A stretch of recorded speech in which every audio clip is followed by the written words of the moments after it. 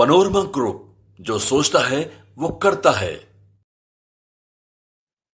Good evening, जोहार, नमस्कार। आपने देखना शुरू कर दिया है न्यूज हट पर द बेबाक कौशलेंद्र शो। थंबनेल देख लीजिए, थंबनेल देखिए आज का। क्या है थंबनेल? जानकी को साध हेमंत ने उड़ा दिए दिग्गजों के होश। कांग्रेस की कचहरी में अब तक पसरा है अफसोस। जानकी यादव, जानकी यादव को कल पिछड़ा वर्ग आयोग का अध्यक्ष बनाए ना, ऑर्डर आया और साथ में एक आदमी को और ले लिए कांग्रेस कोटे से, और इस तरह से पिछड़ा वर्ग आयोग अब पूरा हो गया। पिछड़ा वर्ग आयोग में अब कोई दिक्कत नहीं है, पिछड़ा वर्ग आयोग अब कंप्लीट है। पिछड़ा वर्ग आयोग के लिए अब कुछ सोचना वोचना नहीं है। मुख्यमंत्री हेमंत सोरेन ने पूर्व विधायक जानकी यादव को राज्य पिछड़ा आयोग का अध्यक्ष बना दिया है, और साथ ही गिरिडीह के नरेश वर्मा जी को, जो कांग्रेस से हैं, उनको भी नियुक्त किया। इसके अलावा और भी लोग हैं, निर्वाचन आयोग की भी नियुक्ति हो ही जाएगी। और इसके साथ साथ एक बड़ी खबर बताएं। अब भैया सीएम साहब आ रहे हैं, सब खबर बहुत चला लिया आप लोग। ये दिल्ली से सरकार चल रही है, कैंप ऑफिस है, अरे बाबूजी का इलाज करा रहे थे। आ रहे हैं सीएम साहब, कैबिनेट की बैठक भी होगी और क्षेत्रीय परिषद की बैठक भी होगी। शाह जी भी आ रहे हैं, शाह जी आ रहे हैं। बिहार के दोनों डिप्टी सीएम आएंगे, उड़ीसा वाले सीएम आएंगे, बंगाल से भी प्रतिनिधि आएंगे। तो पूर्वी क्षेत्रीय परिषद की बैठक प्रस्तावित है, 10 को प्रस्तावित है। अब सब लोग आएंगे, बैठेंगे। तो भैया जब शाह जी आएंगे, सीएम लौट कर आ जाएंगे, तो सियासी आबो हवा में थोड़ा उबाल भूचाल तो आएगा ही ना। लेकिन आज विशेषकर बात हम कांग्रेस की करेंगे। लेकिन उससे पहले आज डुमरी के विधायक ने तो महाराज के माल से होली खेल ली। मतलब डुमरी के विधायक टाइगर जयराम महतो पर आज फिर राजभवन का प्यार उमड़ा, जमकर उमड़ा। आज सम्मान समारोह का आयोजन था ना, कल आपको बताया था ना, नवाडी में 100 से ज्यादा बच्चों को विधायक जयराम महतो ने अपनी 3 महीने की तनख्वाह से 75% राशि दान कर, मतलब उससे पुरस्कृत किया। उन्होंने पहले ही इसकी घोषणा की थी। विधायक जी ने एक लकीर तो खींची, बड़ी लकीर खींची, और इसका अनुसरण हो सकता है बाकी विधायकों को भी करना पड़े। लेकिन इसमें सबसे बड़ी बात रही राजभवन की भूमिका की। अब आप बोलेंगे राजभवन की क्या भूमिका? भैया राज्यपाल महोदय गाड़ी में बैठ के बजाप्ता रांची से नावाडी गए, 150 किलोमीटर गए, सभा में मौजूद रहे, उन्होंने बच्चों को पुरस्कृत किया और जमकर लाड़ जताया जयराम महतो पर। अब इसी बीच भाजपा के कुछ नेताजी लोग का फोन हमको आने लगा, कहाँ हैं आप भी गए होंगे देखने। हम बोले हाँ भाई, देखना तो चाहिए, इस टाइप का प्रोग्राम देखना चाहिए। अपने आंख से देखा हुआ सुना हुआ दोनों में फर्क होता है ना। देखा, राज्यपाल महोदय गए, पूरा राजकीय कार्यक्रम था। राज्यपाल का कार्यक्रम है तो राजकीय कार्यक्रम होगा ही। पूरा एकदम अमला फमला जो राजतंत्र का था सब मौजूद था। उपायुक्त थे, एसपी थे, फॉरेस्ट के जो डीएफओ साहब हैं, सारे लोग थे, और पूरा एकदम कार्यक्रम टकाटक हुआ। भीड़ भी अच्छी थी, पब्लिक भी जुटी। अब एकमात्र सीट से जीतने वाले विधायक जयराम महतो को राजभवन का राज प्रसाद मिला, समारोह हुआ। विधायक जी ने तो वेतन का 75% ही दिया ना, लेकिन ये जो फैन फेयर का आयोजन हुआ, फैन फेयर का आयोजन तो शासकीय ही हुआ। अब इतना बढ़िया शासकीय आयोजन यदि डुमरी विधायक के लिए हुआ, तो अन्य विधायकों के अंदर भी ये कहीं ना कहीं मन में कचोटेगा ना। विधायक महामहिम का ऐसा प्यार हम लोग को भी मिले, अब प्यार प्राप्त करने की कोशिश करेंगे। लेकिन इसी बीच जो मैं कह रहा था, भाजपा के कुछ भाई लोग फोन करके पूछ रहे थे, तो एक बात बताइए, ये गैरों पर करम अपनों पर सितम वाला बात राजभवन से काहे चल रहा है? हम बोले हाँ, गैरों पर करम अपनों पर सितम मतलब पता करिए। सुदेश बाबू राजभवन में मिलने के लिए वक्त मांग रहे हैं, लेकिन उनको वक्त नहीं मिल रहा है। अब मैंने कहा देखिए, इस तरह की बातें मुझ तक फीड मत करिए। अब सुदेश बाबू चाहेंगे कि राज्यपाल से भेंट करें, तो राज्यपाल भेंट नहीं करेंगे, काहे नहीं भेंट करेंगे? इस बार चुनाव है ना हार गए हैं, एनडीए के पुराने सहयोगी हैं, अभी भी उनके एगो सांसद हैं, एगो विधायक हैं और लगे हुए हैं। राजनीति में उतार चढ़ाव आते रहता है। ऐसा क्या होगा कि सुदेश महतो से अब दूरी हो गई राजभवन की? पता करिए ना। अब राजभवन सुदेश महतो को वक्त नहीं देकर जयराम महतो के लिए स्पेशल ट्रीटमेंट दे रहा है, तो कुछ तो मामला है क्या? राजभवन के बहाने जयराम को एनडीए में लाने की जुगत लगाई जा रही है। अब मैंने कहा देखिए ये सब राजनीति में हम राज्यपाल को आप लोग घसीटिए, आप लोग नेता है, हम नहीं घसीटेंगे। अब राजभवन है, राज्यपाल गए, राज्यपाल ने कहा कि बहुत बड़ी अच्छी लकीर खींची जयराम महतो ने। हाँ, मैं भी रहा हूँ बरेली से सांसद, 8 बार रहा हूँ। मैंने भी लंबे अपने समय में यही कहा है कि जनता को अपने आप को समर्पित कर देना चाहिए और जयराम महतो युवा भी उसी तरह समर्पित करते दिख रहे हैं और ये समर्पण दूसरों के लिए प्रेरणा होनी चाहिए। तो राज्यपाल ने ऐसा कहा है। अब बाकी लोग भी अगर जयराम महतो से मतलब 81 विधायकों में एक विधायक का जो ये आज का सम्मान समारोह हुआ, प्रतिभा सम्मान समारोह, इसको इस तरह से राजकीय फैनफेयर बनाया गया, तो बाकी लोग भी आशा करेंगे। चलिए इस पर भी सियासत होगी, घबराइए नहीं। लेकिन जयराम महतो का ये जो बतौर विधायक पहला आयोजन था, बहुत सफल रहा। अब इस आयोजन की सफलता को संभाल कर वो अपने संगठन को कितना संभाल पाते हैं, संगठन को क्या सांगठनिक रूप दे पाते हैं, ये देखने वाली बात होगी। खैर अभी तो शुरुआत है, सियासत में बहुत सारी कयासें लगाई जाती रहेंगी। अब हम लोग आ जाते हैं मूल मुद्दे पर। जानकी बाबू को बना दिया गया पिछड़ा वर्ग आयोग में अध्यक्ष। अब जानकी यादव को ही हेमंत सोरेन ने क्यों बनाया? देखिए जातिगत समीकरण मैं शुरू से बता रहा था, झारखंड मुक्ति मोर्चा वो झारखंड मुक्ति मोर्चा नहीं रही जो सिर्फ महतो मांझी मुस्लिम वाले समीकरण पे चल रही है।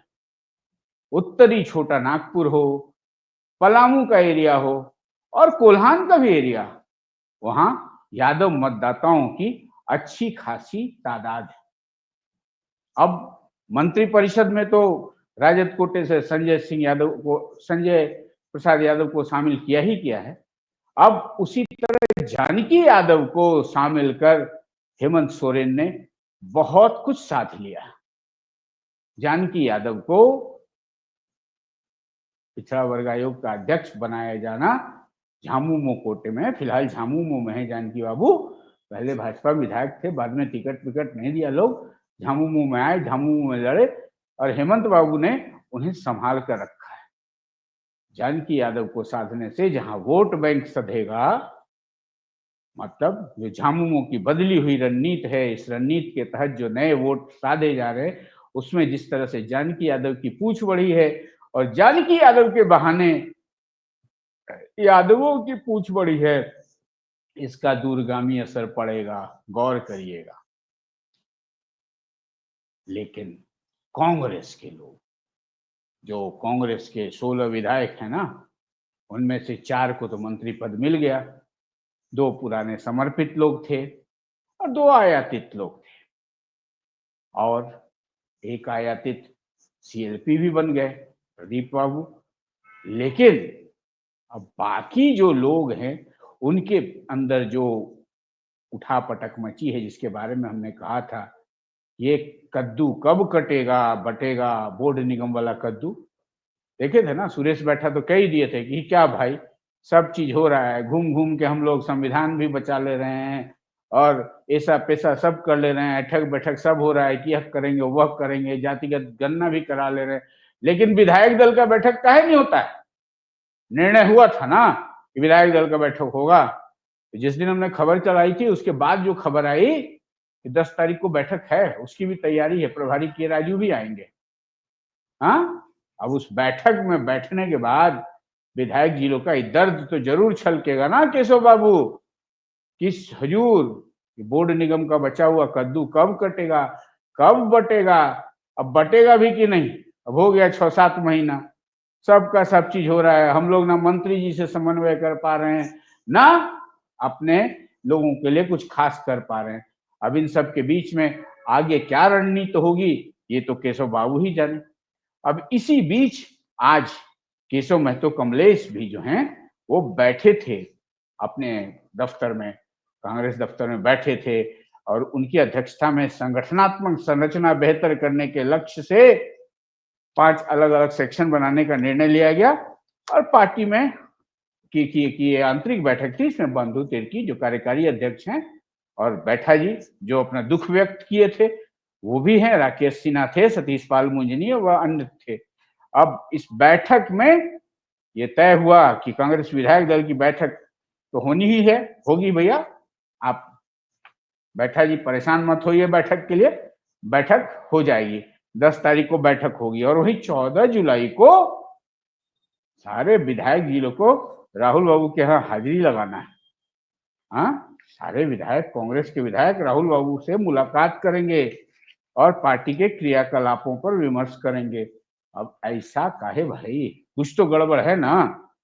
अब समन्वय बेहतर करना है, जानकारी सुचारू आदान प्रदान सुनिश्चित करना है, वैधानिक निकायों की बैठकों में भागीदारी को व्यवस्थित करना है और बाकी जो दिल्ली से चिट्ठी पत्री करना है, सबको दुरुस्त करना है। ये सारी बातें आज केशव जी अपने लोगों से कर रहे थे। मतलब कांग्रेस का जो दफ्तर है ना, वहां अभी भी हमको लगता है ये अफसोस वाला सन्नाटा थोड़ा सा पसरा हुआ है। अब जिनको मिल गया जगह होगा वो तो चल रहे हैं, दिल्ली जाते हैं, दिल्ली में जाके वेणुगोपाल जी से मिल लेते हैं, उधर बाकी अपना अपना हाव भाव टाइट रखे रहते हैं।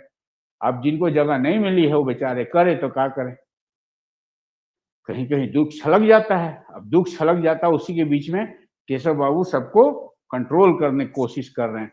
अब इसी कंट्रोल के कोशिश में विधायक दल की बैठक होगी, विधायक दल की बैठक से भी बहुत कुछ निकल कर आएगा। अच्छा तो हमको भी लगता है कि भैया अब उस दिन विधायक दल वाला बैठक वाला बात उठाए तो लोग बैठक उठक बुला लिए, बढ़िया बात है। लेकिन सबसे गौर करने वाली बात है,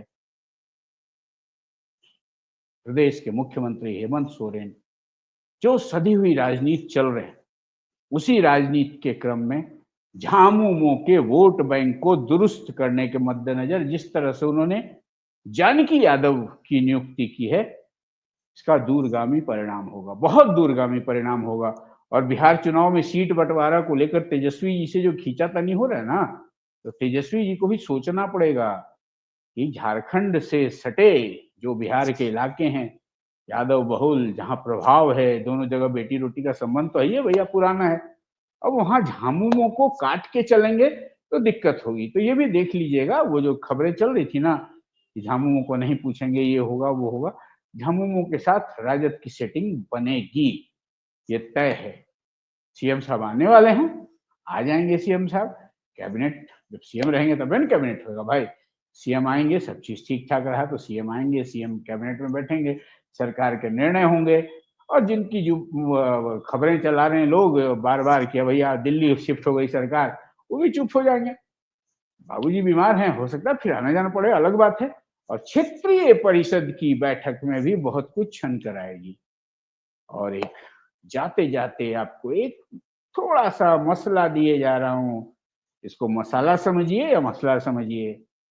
अब हेमंत सोरेन की सियासत से कदम ताल मिलाना सबों की मजबूरी है। अब हेमंत सोरेन को किसी के साथ तालमेल करने की उतनी जरूरत नहीं है। अभी सबको हेमंत सोरेन जिस तरह से स्टैब्लिश हो चुके हैं, जिस तरह से सरकार चला रहे हैं, बाकी जो दल उनके साथ है उनको समन्वय बनाकर चलना होगा। नहीं चले तो हेमंत की जो सियासी चाल है वो दूसरों को परेशान हाल कर देगी, क्योंकि आने वाले समय में सियासी कैनवास का रंग कुछ भी हो सकता है। अब ये मसला है या मसाला है समझ लीजिएगा। अभी सब खुलासा आज ही करवा लीजिएगा क्या? अभी तो आप देख ही रहे ना, एगो विधायक, हाँ, माल महाराज का, हाँ, माल महाराज का मिर्जा खेले होली, हुआ ना भाई, दम था तब ना। अब जयराम महतो ने राजभवन के जरिए ही एक बढ़िया पॉम्प एंड शो कर दिया ना, लकीर तो खींच दी, बाकी लोग भी कोशिश करें। और अब ये जो अफवाह फैला रहे हैं लोग, अफवाह ही कहेंगे, जब तक मेरे पास मुकम्मल जानकारी नहीं होती मैं बोलता नहीं हूँ। जब राजभवन सुदेश बाबू को टाइम ही नहीं दे रहा, अभी इस अफवाह का भी अंत हो जाना चाहिए।